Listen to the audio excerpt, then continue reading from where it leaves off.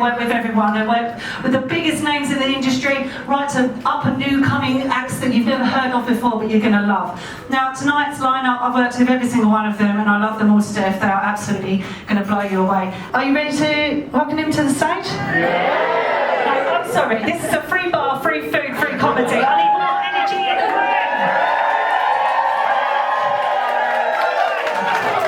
Now, please welcome to the stage the incredible Tom Ward.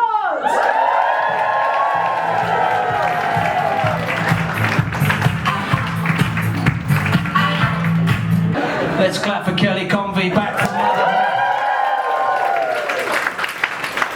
It's not a wig. Good evening.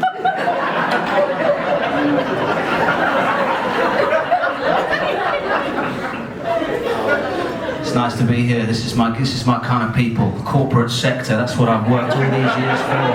An unpaid 8-minute spot at Soho House in White City. On the off chance of future work. And looking at the set I've done tonight, I'm thinking a few of you are going to go, well, I thought it was his opening joke about the hair was really funny, but the humour after that was quite risky. We don't think our clients would go for that at our annual gala. So I'm just here for the fun of it, really. There's a few of my favourite companies here, though. Give me a cheer if you hear yourself. Network Rail. We're supposed to be here. Must be one of their fucking strikes there. And I live downstairs as well. I live downstairs in the living room. That's proper, isn't it? That's proper. You're not supposed to live in the living room, are you? It's rhetorical. I'm right next to the pavement, so if you walk in, my room is the first room in the house. So it's quite exposed. If I've got my curtains open, all I see all day is people walking along doing this. I love a little peek in my window. Or if they're over 50, they use their teeth to help them see. More of a collaborative effort, whole face helping out.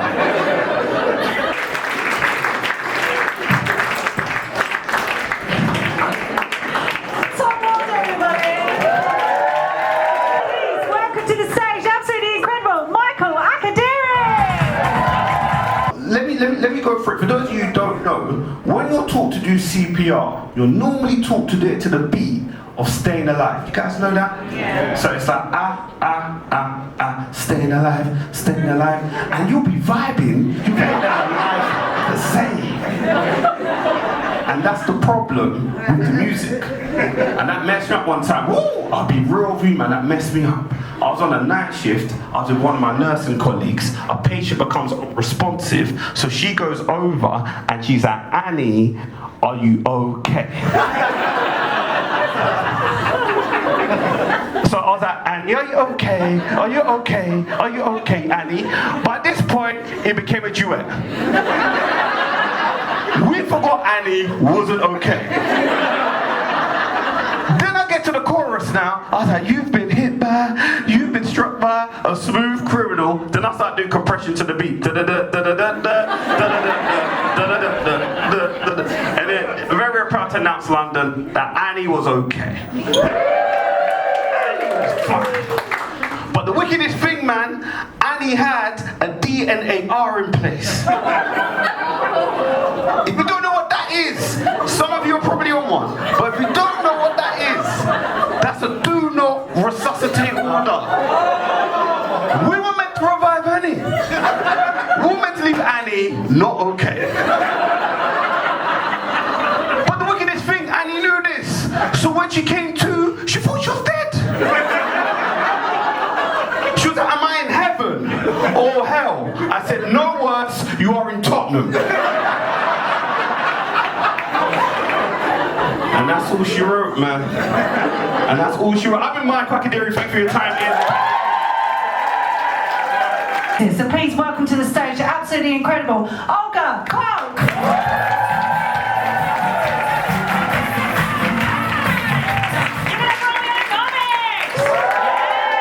So I didn't even think twice about it. I sat down in the audition room, I showed up, I looked around, and then that moment when I sat down and looked around, I realized that every single woman in that room is the most beautiful woman I've ever seen in my life, okay? And this is not gonna be one of those things where I'm like, oh my God, I'm so ugly. Like, you have eyes, you'd fuck me. But every single woman, 8 feet tall, gorgeous, okay? And I realize I need to retrace my steps. And I think, okay, well, every woman here is a model. The director of this film is extremely well known. I don't get the entire script, I only get 1 page of the script. I have to sign an NDA. I don't know what that is, but I think it's okay for me to talk about it. And finally, the only line that I have in the entire script is "Thank you for a wonderful night, James Bond." I was auditioning to be a motherfucking Bond girl, okay? Why are you laughing? No, you're correct to laugh, okay? I walk into the audition room, I sit down, the casting director visibly deflates. She looks like what James Bond would look like if I walked into a room, okay? And I'm sitting there, and there are 2 voices in my head. And the first voice is obviously like, Olga, you're a comedian, you want to be self-aware, you want to be self-deprecating, you want to run out there and let the models know that this is a mistake. But the other voice in my head went, what if? Like the same voice that tells you to shave your pussy before a One Direction concert.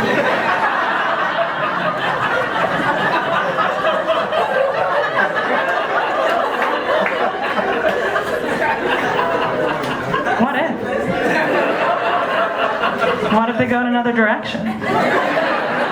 Bring it to the stage is Finlay Christie, everybody. Like, I'm 24, but I still feel like a boy inside. You know, I'd rather be that than a man. I think men don't have the best rep at the moment. Right? Men are scary. Men are, oh, I'm a man. Boys are more, oh, boys. Oh, you're having a party. Oh, there's going to be boys there. Boys are just men who get away with stuff, really. You know, like if a man is bad, he's a bad man. If a boy is bad, he's a bad boy. You know? Man boobs, oh, annoying. Man boobs, boy boobs. Not even a thing, come on. It's a boy, congratulations. It's a man. Allegations. Landlords, you know, oh. Landlord, oh, the landlord's coming. Oh.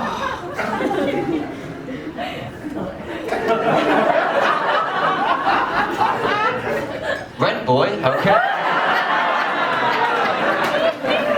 I went to Finland recently. Everyone thought I was Finnish. Everyone thought I was Finnish, right?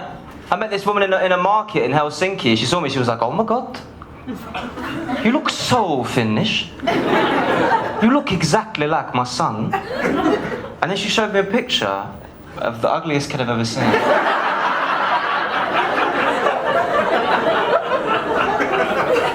Finnish woman has just left us. And I went to Sweden afterwards. I went to Sweden, and they're so much better looking in Sweden. And everyone in Sweden thought I was Finnish. I was hanging out with these Swedish comedians, and they were roasting me with Finnish racism, which I didn't know the stereotypes about Finland. It was baffling. They're like, oh, I bet he drinks grapefruit juice. Oh, oh, oh, oh. Allow me to introduce myself. Yes, my name is Paul Sinha. I'm also known as, that's right, the Cinnamon from the popular ITV tea-time quiz show The Chase. It's a shit nickname, it means fuck all, but I don't mind. I feel I dodged a bullet given the nicknames of the other chases. If you don't know the show, the other chases are The Governess, The Vixen, The Beast, The Menace, The Dark Destroyer. I am the only chaser that's not named after a sex toy. I kind of feel grateful, but I'm not here to talk about the chase. I'm here to fill all your diversity needs. A box-ticking machine. I'm a qualified doctor, as I said. No kudos to me. This is my family's dream. In the 1960s, my dad, a junior surgeon, and my mum, a trained midwife, arrived in Luton and Dunstable Hospital to both work and live. And 2 years later, I was born, May 1970, the beginning of my life. Unless you're very religious and conservative. I asked my dad the other day, Dad, what do you believe? When did my life begin? Was it at birth or was it at conception? And he replied, doesn't really matter, Paul. Either way, it was on the maternity suite of Luton and Dunstable General Hospital.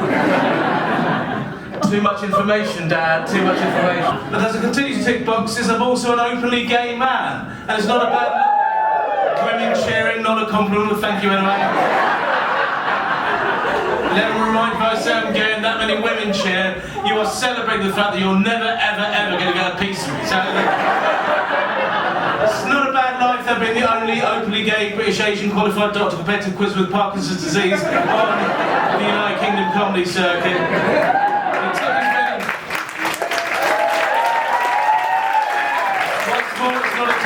You tick as many boxes as I do. Your life is a roller coaster. Your career is a roller coaster. Tonight I'm here, 2 weekends on. I've got a damage limitation gig at Yorkshire County Cricket Club, so it's all about for me. And ever since I started comedy, I've always been openly gay on stage, and yet some people don't get it. I thought I had my big career break earlier this year, a business meeting with the commissioning editor for Netflix comedy, no less, who says to me, "I'm sorry, Paul, there's no possible way you could be a gay man." I'm like, I'm doing my best down here.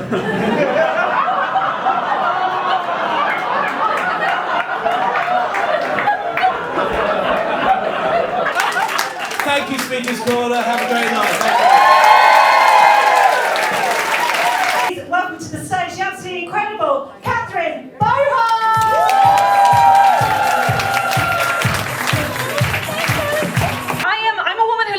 I think you can tell that from my vibe. You're the first people I've spoken to today, so I'm going to get as many words as I can out. But truly, I live alone, mainly because I recently had a breakup, which again, I don't know if I need to tell you when I'm evidently hiding a fringe I cut myself, but I live alone, so I recently had to get a therapist, and I got a therapist online. What was that, my darling? What did you say? Am I having a stroke and you didn't say anything? I cut my fringe today. Oh my gosh, is everything okay at home? Are you alright? No, what happened? Actually, you know what, I have 8 minutes and I'm like, tell me everything. Well, let me tell you this, and when you are growing that out, don't do therapy online. That's what I've learned. It doesn't work. It doesn't work. I love therapy, huge advocate for it, but I do think at the very least it should be a day out. Mainly because the problem with therapy on Zoom is, of course, that you can see into your therapist's house. And then, my friends, the jig is up. Because then you know she can't help you. I had the loveliest therapist, her name was Lisa. Lisa did her absolute best, but Lisa's Christmas tree was up until March. That's not a well woman, right? I thought I'd leave it, I'll let it go till Valentine's Day. February came and went, I thought I won't even say a thing. We got to March, I had to say, I said, come here to me, Lisa, what's with the tree? She had the audacity to look down a lens at me and go, oh, is that bothering you? Get fucked, Lisa. I'll pay for my own troubles, my love, but not yours. Absolutely not.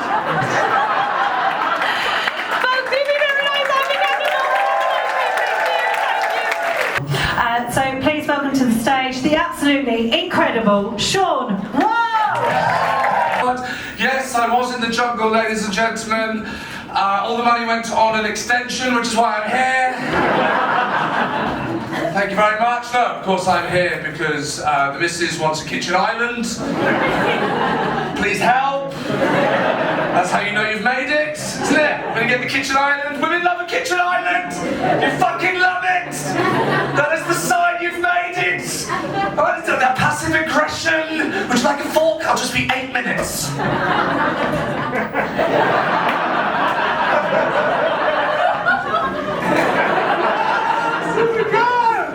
It's good, it's good. It's drinking, you're drinking, that's good, well done. You've got to be drinking. I don't drink. I know it doesn't look like it. I appreciate that. Some of you would drink. Very nice. We've got Americans here. Fantastic. Often people go, fuck off, you do drink. Look at you. I don't drink. What, do you inject it? I don't drink. Look, I can't believe you would. That's fantastic. Normally you tell an audience in Britain, you tell the audience, it's just that, it's silence. Because you tell people you don't drink and everyone looks at you and thinks, that's a shame. Isn't it? That's what we do. We hate it. I remember when I drank, you're talking to someone, you're getting along with them, you go, hey, do you want a drink? They go, I don't drink. Well, what the fuck are you doing here? Go and fly a kite or something, you weirdo. Go ice skating, get the fuck out. I've got shit to do. I want to know. You want to know why? Why don't you drink? It's only ever 2 reasons. You're boring. You're too much fun. It's never in the middle, is it? It's either alcohol just never really agreed with me.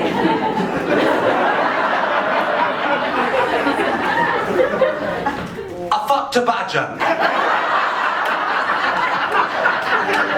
You know, you're clapping. I'll let you guess which one I am.